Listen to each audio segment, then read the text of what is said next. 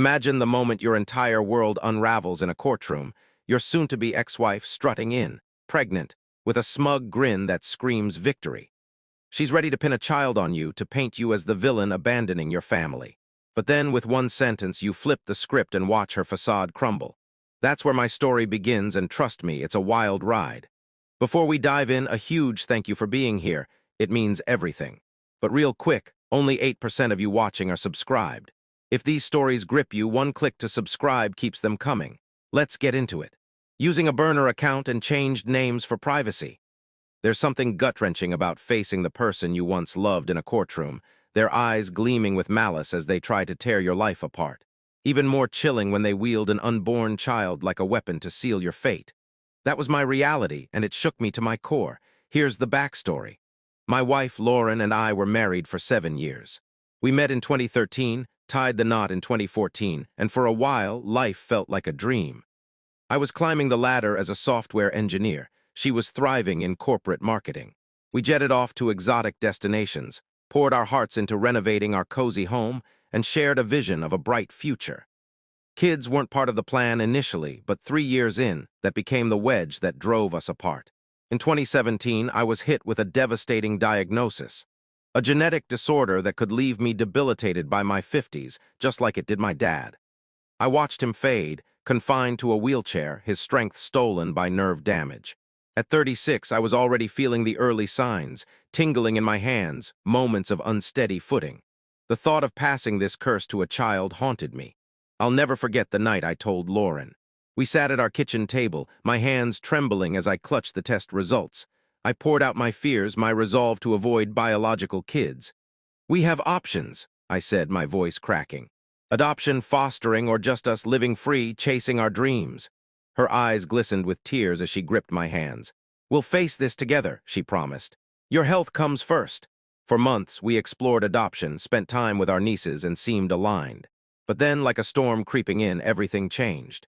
By spring 2018, Lauren's tone shifted. She'd drop hints about medical breakthroughs or leave fertility clinic pamphlets scattered around the house. "Genetics aren't destiny," she'd say, her voice edged with frustration. When I held firm, she'd snap, "You're robbing me of motherhood." One night, she hurled a brochure at me, tears streaming down her face. "They can screen embryos. Why won't you even try?" I stayed calm, but my heart ached. "Screening isn't foolproof, Lauren, and what about adoption? Why is that off the table?" She turned away, her voice cold. "It's not the same. I want our child growing inside me." The fights grew uglier, her obsession with pregnancy consuming her. She'd play birthing videos at full volume or leave baby name books open on the counter. I felt like I was losing her to a dream I couldn't share. Then came the moment that shattered everything. In July 2018, I was hunting for a receipt on our shared laptop when I stumbled across something that made my stomach lurch. Browser tabs opened to forums discussing how to sabotage birth control, tips on puncturing condoms, skipping pills without raising suspicion. Worse, Lauren had posted, asking how to convince a reluctant husband. One user suggested getting him drunk to bypass protection. Her reply, "He loves bourbon, that could work." My heart pounded as I read months of her scheming, her betrayal laid bare. She was planning to trap me into fatherhood. That night when she came home, I confronted her, my voice shaking with rage and hurt. "How could you do this, Lauren?" Her face crumpled, but she didn't deny it. "You're overreacting," she said, pacing our living room. "I was just exploring options." "Options?" I roared. "You were plotting to violate my trust, my body." She collapsed onto the couch, sobbing. "I'm 35, Drew, my clock's ticking and you're standing in my way. A baby would change your mind, you'd love it." I couldn't look at her. That night I slept in the guest room, the woman I loved a stranger to me. The next day I called my doctor and scheduled a vasectomy. I didn't tell Lauren, not out of cruelty, but survival. I couldn't trust her anymore. The procedure happened in September 2018 while she was away for a weekend. My doctor, aware of my condition, supported my choice. Recovery was smooth, just a few days of discomfort. I planned to tell her eventually, hoping counseling could mend our fractured bond. But before I could, she dropped a bombshell. Over dinner, her eyes averted, she said, "I think we should separate. I've already seen a divorce lawyer." My heart sank, just like that. "No counseling, no effort?" She shrugged, her voice icy. "You won't give me a child. I can't wait forever." Stunned, I didn't mention the vasectomy. It felt irrelevant with our marriage crumbling. We spent weeks dividing assets, the air thick with tension. Then, in November 2018, Lauren did a 180. She showed up at my rented apartment with our favorite takeout, tears streaming down her face. "I was wrong," she sobbed. "I can live without kids if it means keeping you. Let's save us." Against my better judgment, I agreed to try. 7 years of love wasn't easy to let go. We started counseling, moved back in together, and for 10 months it felt like we were healing. I almost told her about the vasectomy, but the timing never felt right. Why reopen old wounds when we were rebuilding? But was she really committed, or was something darker at play? The answer came in September 2019 when her phone buzzed relentlessly while she showered. Trust issues from her birth control stunt lingered, so I glanced at the screen. A text from Mike T. read, "Miss you, babe. Can't wait to see you." My gut twisted. Mike Thompson was her boss. I opened the messages, my hands shaking. What I found gutted me. Lauren had been cheating with Mike for over 2 years, since before my diagnosis. Their affair ran through our fights, her divorce threats, even our reconciliation. The timing of her "let's try again" plea lined up perfectly with Mike's temporary transfer to London. She'd kept me as a backup while he was gone. When she stepped out of the bathroom, I held up her phone. "How long, Lauren? How long with Mike?" Her face went pale. "Drew, I can explain." 2 years, I shouted, my voice breaking. "You lied through every fight, every tear, every therapy session." She tried to spin it. Mike understood her. Mike wanted a family, but I was done. I filed for divorce the next day, October 2019. No turning back. The divorce turned vicious. Lauren demanded the house I'd bought with my inheritance, half my retirement, and steep alimony despite her high-flying career. Her lawyer portrayed me as heartless, blaming my refusal to have kids. 4 months in, February 2020, we faced off in court for temporary asset allocation. I arrived with my lawyer, Tom, feeling prepared. Then Lauren walked in and my world tilted. She was heavily pregnant, at least 6 months along, her belly accentuated by a tight dress. She locked eyes with me, a smirk curling her lips as she caressed her stomach. Tom whispered, "Did you know?" "No," I choked out. "Impossible." What game was she playing? In court, Lauren's lawyer, a smug guy named Carter, pounced. "Your Honor, Mrs. Carter is pregnant, which changes everything. Mr. Carter is trying to shirk his duty to his unborn child." My blood ran cold. Tom scribbled, "Paternity test now." The judge, Margaret Klein, eyed me sharply. "Mr. Carter, were you aware of this?" Before I could speak, Carter cut in. "He knew, Your Honor. Mrs. Carter told him during their reconciliation, which prompted his hasty divorce filing." A lie so blatant it stunned me. He went on, claiming Lauren's pregnancy complications, high blood pressure, required reduced work hours, justifying more support. Lauren played the part, dabbing her eyes, murmuring, "I just want what's best for our baby."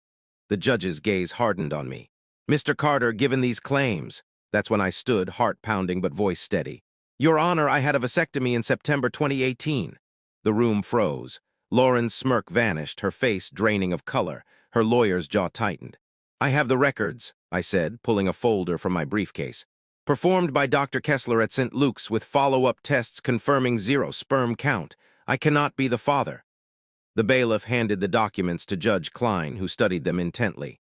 Lauren's lawyer stammered, "Your Honor, my client wasn't informed of this procedure. This is a ploy to dodge responsibility." Judge Klein silenced him. "Mrs. Carter, did you know about this vasectomy?" Lauren stood, trembling, one hand on her belly. He never told me. We were intimate after that." "Intimacy isn't the issue," I said calmly. "Fertility is. We reconciled 3 months after my procedure." Carter requested a recess, and Judge Klein granted it. As they whispered frantically, Tom muttered, "You could have warned me, Drew. That was close." "I didn't expect this," I admitted. "Who's the father?" Tom asked. "Mike, her boss.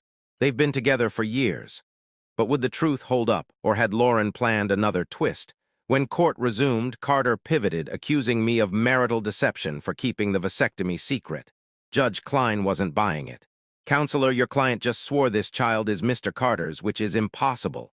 Misleading this court is serious. I suggest you advise her on perjury." She postponed the hearing, ordering Lauren to revise her petition and warning her of consequences. As we left, Lauren shot me a look of pure venom, her mask of innocence gone. In the hallway, she tried to approach, tears smearing her makeup. "Drew, let me explain." Her lawyer pulled her away, his face grim. The aftermath was chaos. Lauren bombarded me with 43 calls a day, texts swinging from apologies to accusations. "You tricked me," She'd write then. The baby could still be yours. Finally, she begged. I messed up, but we can be a family. I learned through a friend that Mike, the likely father, ghosted her after the courtroom bombshell, taking personal leave from work. A week later, Lauren's lawyer quit, blindsided by her lies. She hired a new one known for ruthless tactics but little credibility. Tom pushed for an expedited divorce, citing her fraud, and the judge agreed, setting a final hearing for 6 weeks out. Days before the hearing, Lauren's sister, Emily, showed up at my apartment. We'd always been friendly, but her face was heavy with guilt. I owe you an apology, she said, perched on my couch. Lauren told me you knew about the baby and abandoned her. I believed her. What changed? I asked. She confessed yesterday, Emily said, voice tight. The affair with Mike, trying to trick you into kids, getting pregnant by him to pin it on you for a better settlement. She thought she'd win everything. Emily shook her head. Mike's gone. He wants no part of this. When your lawyer sent him the court transcripts, he bolted to Singapore. I sighed.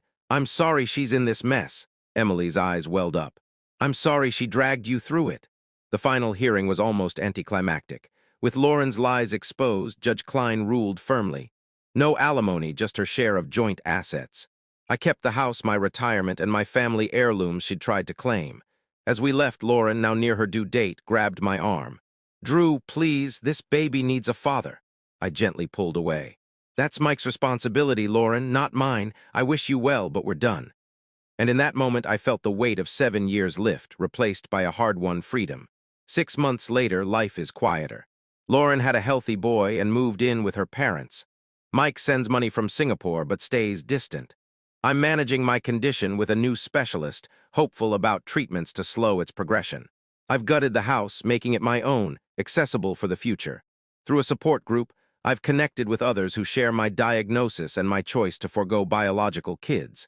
Their stories ground me, validate me. Looking back, I wonder what might have been if Lauren and I had been honest from the start. If I'd shared the vasectomy, if she'd admitted her obsession with biological kids, if she hadn't betrayed me with Mike. But those what-ifs are ghosts. This ordeal taught me to live unapologetically, to hold fast to my truth, even when it isolates me. My health is a battle, the future uncertain, but standing in that courtroom, exposing Lauren's lie, I reclaimed my life. Sometimes the greatest victory isn't the ending you dreamed of. It's the peace of knowing you stood tall when it mattered most, even if it means walking away alone.